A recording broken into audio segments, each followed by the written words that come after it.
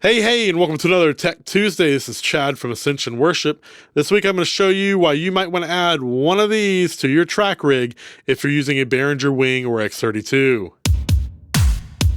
Hey, what do you say? Yes, it's that time again. It's Tech Tuesday. So what is this? This is the horribly named but super powerful Klark Teknik DN9630. And what that is a interface from AES50, which is what a Behringer WING or X32 or other more expensive Midas products talk with, to the humble USB 2.0. So we've used this in the past for broadcast rigs. Well, today we're going to show you how you can use it with your track rig. Basically, this allows you to have as many as 48 channels of tracks from USB straight into your mixer.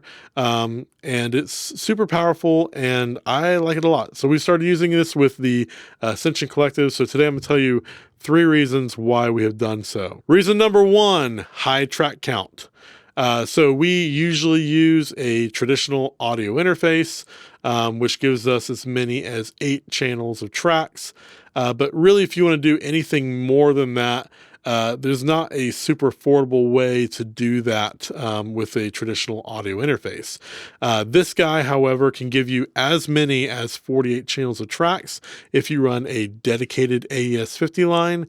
For us, though, we only need less than 16 channels of tracks.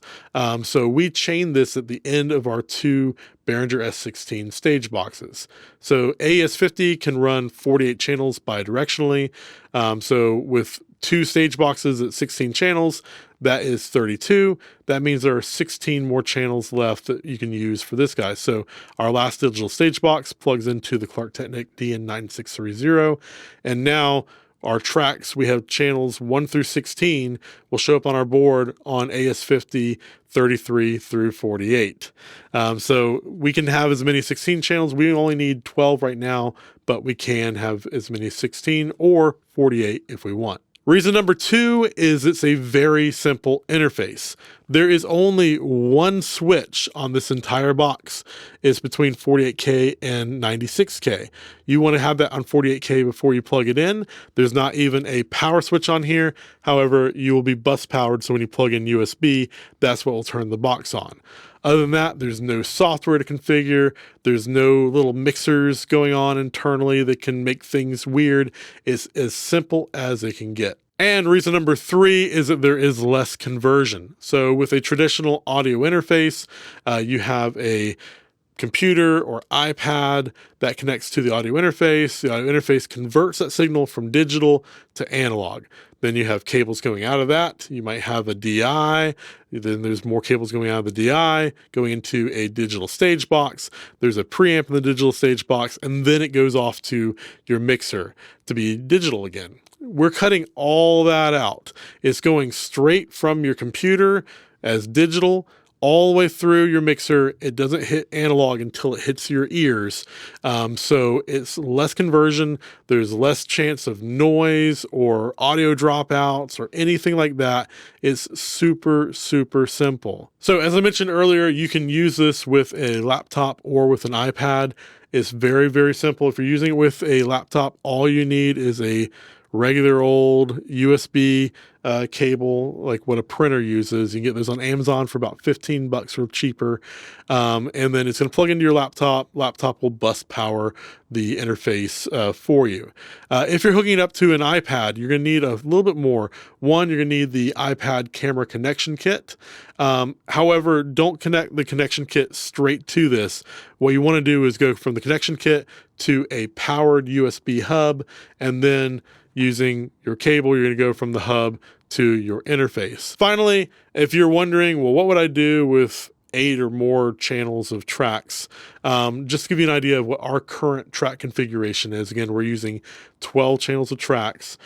So what we have is first a main stereo track line. This is kind of a catch-all for synthesizers or anything that doesn't fit into the next group of tracks I'm going to talk about. So we have a main track line in stereo. And then for us, because we don't always have a live keyboardist, we have 2 pairs for keys. We have a keys line, that's the pianos, and then a pads line just to give me a little bit more control at front of house. Then we have a mono bass line, which is usually going to be bass synth, or if we don't have a bass player, it'll be the actual bass guitar. We have a mono rhythm guitar, because we have one guitarist that plays with us regularly, and then that just kind of fills in the stuff when he's doing leads. We have a mono vocal line just to thicken up choruses. And then finally, very, very important, very helpful, we have a mono line for click and a mono line for track. I do not suggest combining those. By having them separate, it's really been helpful for our musicians to make sure they can hear click plenty loud. And then a lot of times the vocalists want a little bit less click, but a little bit more guide.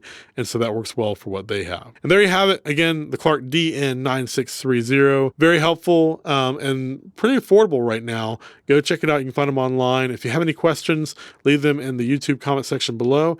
And until next time, have a great week. Again, this is Chad from Ascension Worship. I hope this has been helpful for you and your team. Come back here every Tuesday for new information.